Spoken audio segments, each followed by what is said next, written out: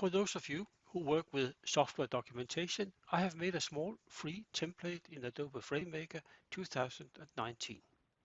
The template is called Baked Agave and it may be downloaded from my website at FrameMaker.dk. The template comes with a book file, a number of small chapters, a built-in table of contents, and an index. When designing this template, I had some key features in mind. I wanted it to be suitable for small software documentation projects.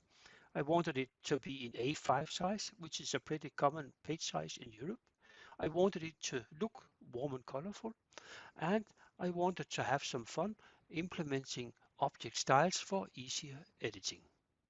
For those of you who are used to work with technical documentation, the styling of this template is pretty much standard.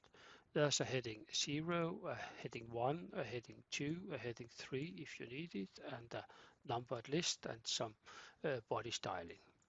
What's most special about this template is the use of object styles.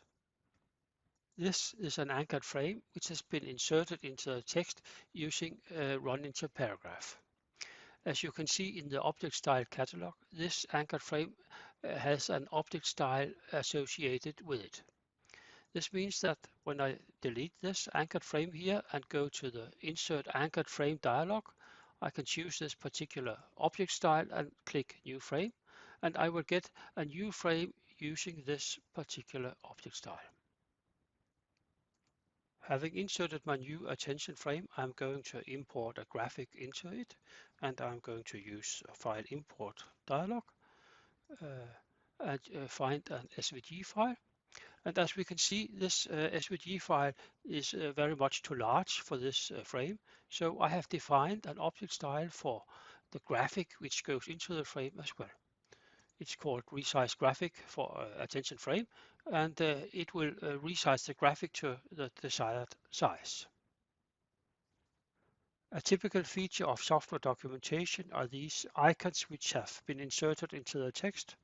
They are normally anchored frames. In FrameMaker we use anchored frames for this feature, and the icons refer to commands performed in the software. I have made a small workflow based on exactly this type of icons, and it works like this. We insert our text cursor where we want our new icon to be, and then we go to Anchored Frame and select icon big here and click New Frame. Now we have a big frame, and I can import my graphic. I'm going to do that and import an SVG file. I can right click it and click fit to frame proportionally.